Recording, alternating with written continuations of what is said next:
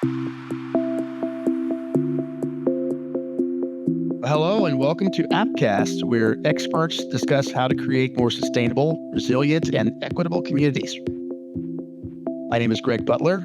Here at APTIM, I'm the Vice President of Environmental Compliance and Consulting. Today, we'll be discussing sustainability in sports venues. I'm going to let our panel of experts introduce themselves and tell us a little bit about their roles. Meredith, we'll start with you. Thanks, Greg. My name is Meredith McCurdy, and I joined APTIM to lead the Sustainable Sport Index, which we'll talk about a little bit more, but it is a survey collecting data from sports venues about their sustainable practices. We analyze the data to produce an anonymized benchmarking report that's at no cost to the public as part of our thought leadership publications and APTIM's own ESG efforts. But my background is a little bit different. I actually come from sports marketing, sports sponsorship, and an events background. So I tend to approach sustainability as well from a perspective of trying to build that business case for sustainability in sport. And we're joined by Orjan Lundberg. Yeah, thanks so much, Meredith, and thank you so much, Greg and Meredith, and APTIM for having me on the podcast. I run a small company called Dinesh Inc. in Toronto, Canada, specializing in sustainability advisory, working with APTIM as well in certain projects. Prior to that, I was working almost 10 years on the previous FIFA World Cup on the sustainability aspects of that.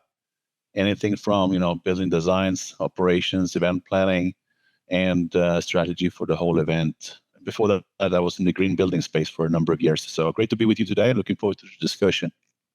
Fantastic. Thank you both for being here. Really appreciate you taking the time. So let's jump in. So what initially made you care about sustainability in sports venues? And as a part of that, if you don't mind, if you could share any experiences that changed the game for you. So Meredith, can you start with that? Sure. My background in sponsorship and major global events, I think I started to see how much kind of waste goes into and comes out of these various events. And as I looked at how I wanted to direct my career going forward, I was looking for something that might have a little bit more purpose. And when this opportunity for SSI came up, I thought it was a great way to kind of meld my interest in sustainability with the sports business background, and how do we start to make the business case for sustainability in sport? Well, yeah, this is interesting. When I was a little boy, I was growing up in the country somewhere and playing Sim City and kicking a football around, so merging, city building and sustainability, that was like, and sports, that was like a dream, I suppose. And then throughout my schooling and career, I was able to first work on green buildings, amazing green buildings, green communities.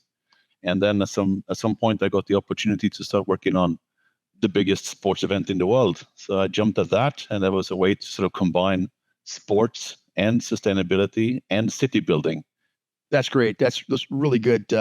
Who or what is often the motivation of creating sustainable change in sports venues? Where is the pressure coming from the most? Meredith, what's your thoughts on that? I think it's coming from a few different places. Slowly, regulation and compliance might start to affect the sustainable change. But I also think it's starting to come partially from fans who are making changes in their daily lives and may want to see that in their communities. I think it could be coming from sponsors as well, who more and more are initiating their own ESG efforts and are looking for properties to align with who share their common values and they can use for storytelling. I also think it's coming from outside forces such as special events like the FIFA World Cup or the Olympic Games, Super Bowl, entertainers and musical tours that have sustainability built in to their bid processes. So there's a few different areas that I think it's coming from. Yeah, and I agree with you 100% there, Meredith. All of those pressures are there for sure. I remember a while back, I read surveys around what fans are like and what fans care about this. And I think the general idea was that sports fans are different from the general public. And the outcome was they're not really. Another interesting thing, I think, in terms of pressure, might be from some of the larger sports teams and event venues, which may be publicly listed corporations. Now, with being on stock markets, you're starting to see requirements for disclosure of ESG performance. And I can see some pressure or some incentive coming from that angle. And if you want to report and be discussing your performance, you might want to also improve your performance over time, right? So I can see that pressure coming there as well. But I agree with all of your previous points as well. They're Meredith, very spot on. Excellent. Thank you. So let's pivot here and let's give an overview on the Sustainable Sport Index for those listeners who may not be familiar with it yet. Sustainable Sport Index, or SSI, is, as I mentioned, a survey collecting self-reported data from venues.